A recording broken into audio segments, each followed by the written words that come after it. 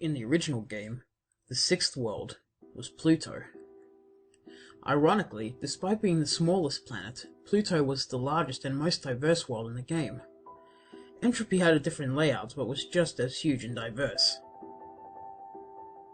The board music was played by a violin instrument, a melody that started out sounding mournful, and then it gets rather, I guess, I would call it distorted. It made me feel depressed and unnerved. Not something I would want to hear while I was trying to sleep. Strangely, none of the levels from the previous worlds were present here. Instead, there were 8 brand new icons. The bosses this time were Megalon, Batra, and Mechagodzilla. As usual, the first thing I did was go to the quiz level for another interrogation from Face. But when I got there, I noticed something different. Instead of the goofy Ghidorah music, it was the password theme. The music seems to have been changed intentionally, because after the first 2 questions at the start, the quiz started to take on a darker tone. Quiz 3. 1. Do you like ice cream? Yes. Reaction, weird face number 1. 2. Do you like clowns? Yes. Reaction, weird face number 10. 3. Is time slipping through your fingers? Yes. Reaction, weird face number 2. 4. Do you have any regrets? Yes. Reaction, hurt. 5. Do some people deserve to die? No. Reaction, weird face number 3. 6. Is it safe to go out at night? Yes. Reaction, weird face number 5. 7. Do you find it hard to sleep at night? Yes. Reaction, weird face number 9. Have you ever killed anyone? No. Reaction, weird face number 7. 9. Do you want to kill anyone? No. Reaction, angry. 10. Are you actually accomplishing anything? No. Reaction, weird face number 4. 11. Does life have any real meaning? No. Reaction, love. 12. Do you like Mothra? No. Reaction, maniacal. I knew that last one was going to be gameplay related, but I had no idea what the result would be. I answered honestly, because as I said, I never liked Mothra. Nobody liked playing as Mothra in the game, and there was a good reason for that. Every other time Mothra gets hit, she's slammed back to the left corner of the screen and she sucks at fighting because her attacks are so weak. The only benefit Mothra has was flying over obstacles in some levels. So I answered no. And Face actually replied back to me. Not only with the maniacal expression, but with the text, "Too bad." I was taken back to the map screen, and I was shocked to see that Godzilla and Anguirus had disappeared from the board, leaving only Mothra. Face had just fucked me over. And needless to say, I was pissed. But there wasn't anything I could do. And I'm willing to bet that even if I had said yes, I would have been stuck with Mothra anyway. Face giveth, face taketh away. I took a deep breath and got ready to explore. There are only 2 paths I could take through the board, so I decided to take the lower one. Turned out to be a good choice for reasons I'll get to momentarily. The first world ahead of me was a forest, so I started there. Almost immediately I got an eerie feeling. There was something about this level that just seemed off to me, even more than the previous ones. Perhaps it was the pitch black background. I've always been sort of afraid of being in a forest at night. Just something about all those trees makes me feel surrounded and vulnerable. And the fact that I was stuck as Mothra didn't help. Playing the game's previous worlds as Godzilla gave me a feeling of bravery and being in control of the king of the monsters. I'd be able to just handle anything that came in my way. But it's not like that with Mothra. There's no feeling of strength or security. Now I'm just a weak, easily overwhelmed bug, traversing into the unknown. Yeah, but back to the level. The music had new instruments, sounding kind of like woodwind, followed by slow, rhythmic drum beats and chiming bells. It gave me this weird feeling that I was intruding into some dangerous place I really should not be. After a while, I encountered the first enemies of the stage, or at least I assumed they were enemies. They were strange, long-legged, deer-like creatures, but instead of attacking, they just idly walked around. I went to approach them and they just ran away. I thought about shooting one with an eye beam just to see what would happen, but it seemed wrong. These creatures were harmless, so I passed over them and continued through the level. About halfway through, I encountered groups of these deer-like animals, and also two new creatures. A sloth-like creature with a beak climbing on a tree, and a hairy raptor-esque beast that was preying on the deer. It was very surreal watching these creatures interact. I didn't feel like I was playing a video game, but rather that I was traveling through a forest in some other dimension. The creatures ignored me for the most part, although the raptors did attack me if I got too close, or if I attacked them first. I know I shot one of them to help one of those deer creatures. I got clawed at, but confrontation was easily avoided by flying up to the top of the screen. After that, I had to choose whether I wanted to play the levels with the hourglass or the TV screen. So I picked the latter. What I got was not at all what I expected. When I pressed the button to start a level on the TV screen like I normally would, this screen with an animation popped up. There was also music in the background, which was the goofy Ghidorah music that used to be playing in the quiz levels. I was somewhat unsettled by it because it was so strange. I also found it a bit spooky because I had a shirt that looked just like that when I was a kid. After starting the animation, you could go back to the board by pressing any button. After that, I had no idea what to expect from the rest of these icons, so I went to the hourglass icon next. I was somewhat relieved when an actual level came up. It was certainly an unorthodox looking level, all brown, with time-measuring instruments floating in the air, and gigantic grandfather clocks in the background. The music was the same as the board screen, and very early in the level, I encountered something I didn't expect to see. Original enemies from the game. And not just that, it seemed to be a whole fleet of them, and the yellow tanks, which were normally immobile, could now move. I took some damage, but it was nothing I couldn't handle. But the most interesting thing about the level was the coloured hourglass items. There were 3 of these. A blue hourglass that made time slow down and filled the level with enemies from the past, a red hourglass that made time speed up and filled the level with enemies from the future, and a green hourglass that set time to normal speed and filled the game with original game enemies. I encountered the blue hourglass first, and as stated, the game started to slow down, and I saw the enemies from the past, which were 5 different types of prehistoric animals.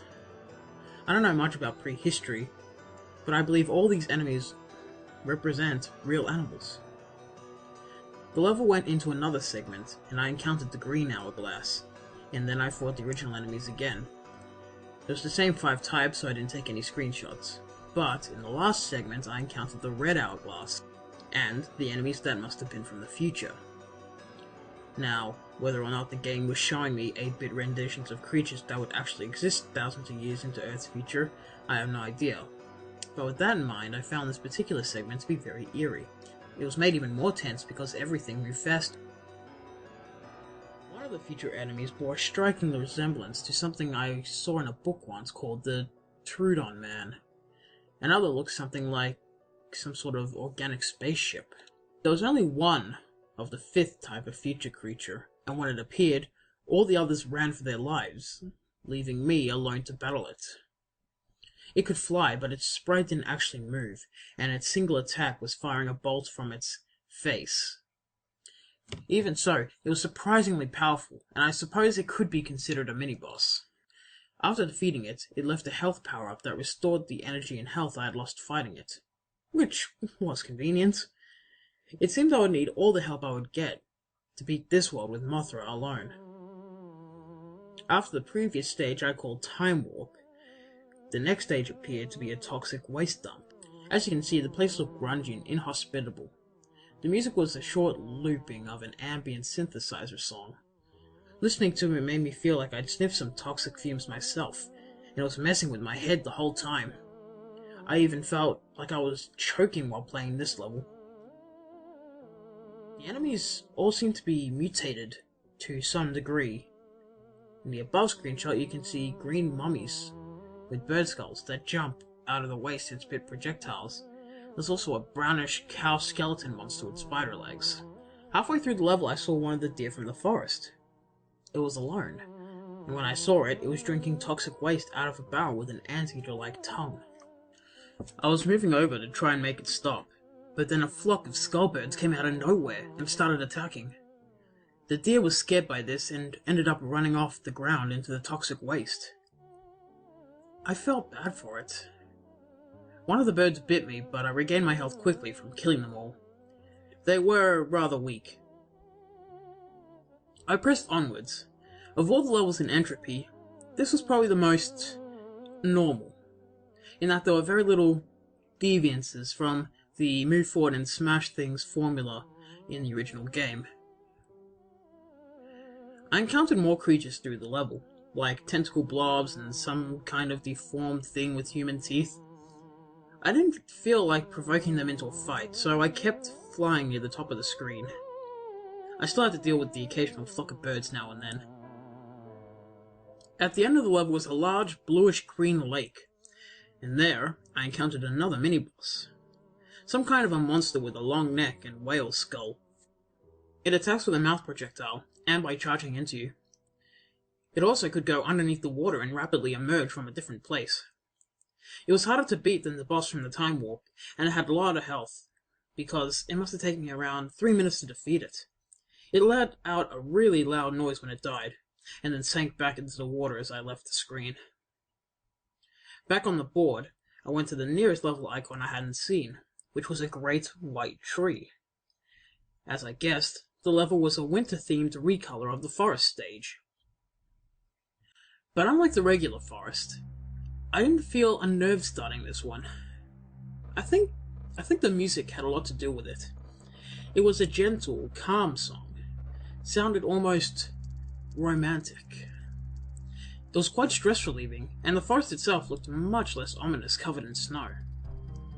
I travelled through the first segment, enjoying the atmosphere for about 4 minutes, when suddenly I realised something. I haven't seen a single creature since I started this level. Where are all the animals? Soon after, I left the screen, and the next segment started. In the second segment, I was still in the winter forest, but now the music was gone. I was starting to feel suspicious. But then I reminded myself that there were other empty levels in the game, and this could likely be another one of those. But then, I heard something familiar. It was the 12-second looping music from Unforgiving Cold starting up, and I could feel my heart sink as I came across this horrible sight. It was a whole group of dead deer creatures, covered in snow. Judging from the blackish-blue tone of their skin, they must have all frozen to death. On closer inspection, some were even missing body parts. Now I was frightened, but I still had to keep going. Before exiting the level, I was really hoping to see something resembling the previous forest animals in a living state. And, sure enough, I did. It was a creature much like a beaked sloth, except this thing had white fur and was more of a beaked gorilla. It was walking very slowly when I saw it, but I was happy to see something alive.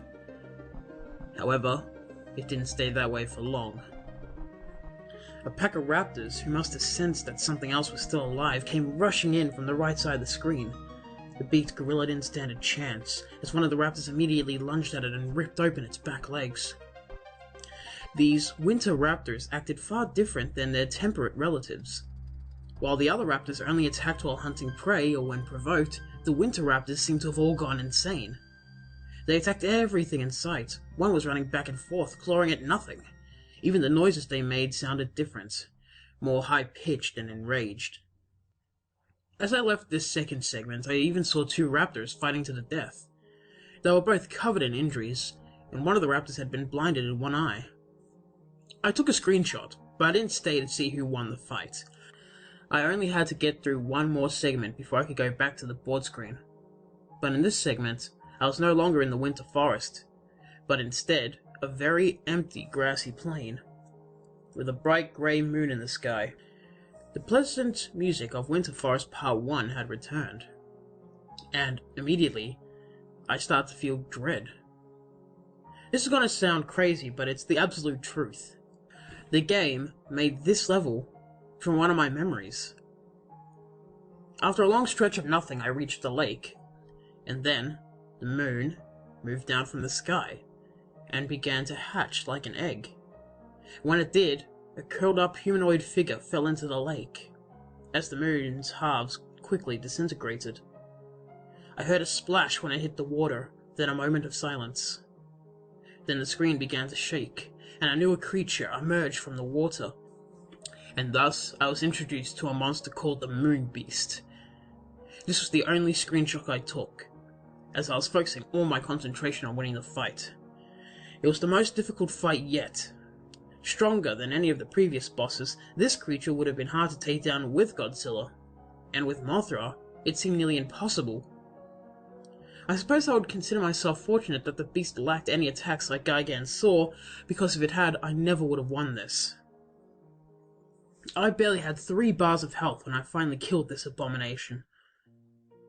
But what happened afterwards is hardly what I would call a reward. I've been trying to keep my promise and suppress this memory for years, but it seems as if I have to get it off my chest. It's a very painful memory for me, but the game already knows about it, and I think you should too. I'll just tell you the important parts, because I don't like bringing this experience back in my head unless I have to. Back when I was in middle school, I had a girlfriend named Melissa. She suffered from some kind of mental disorder that caused her to go into episodes. When she was in an episode, she would stand perfectly straight or still, and her face would instantly lose any expression that she had had before. She would speak very clearly, without any hint of emotion. When it was all over, she would start trembling and sometimes bury her face in her hands and remain silent for several minutes. I can't really convey the feeling it gave me in words, and I won't try. You had to see this in person to understand.